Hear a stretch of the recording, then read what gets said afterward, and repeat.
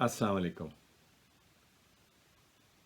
Today I want to elaborate in this brief video the four main components of our diet that we should pay attention to when we are eating and drinking, more so in Ramadan, but really in general.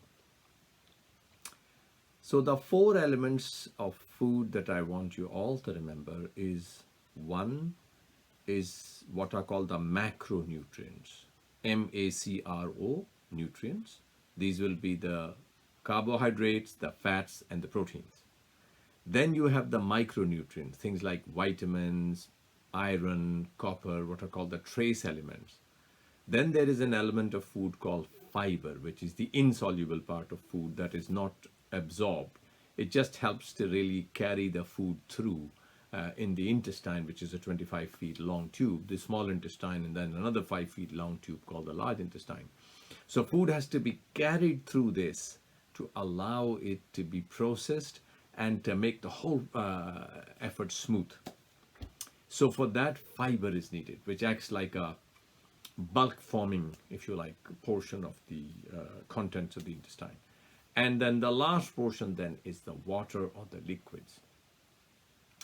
If any of these factors are not balanced well, then there is a risk that we will find ourselves with deficiencies in our diet.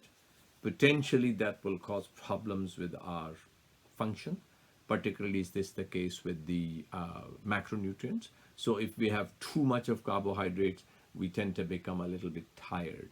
If we have too much of fats, we tend to become, if you like, the arteries, the blood vessels will get coated with unhealthy lining. Similarly, if we have lack of micronutrients like vitamins, some of the nerve conduction, some of the things that help us become smart, even happy people, it will be affected.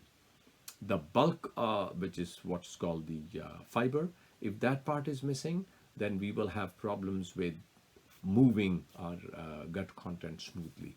So that might affect things in the emptying and the function of the intestine. Our last part of this is water or fluid content.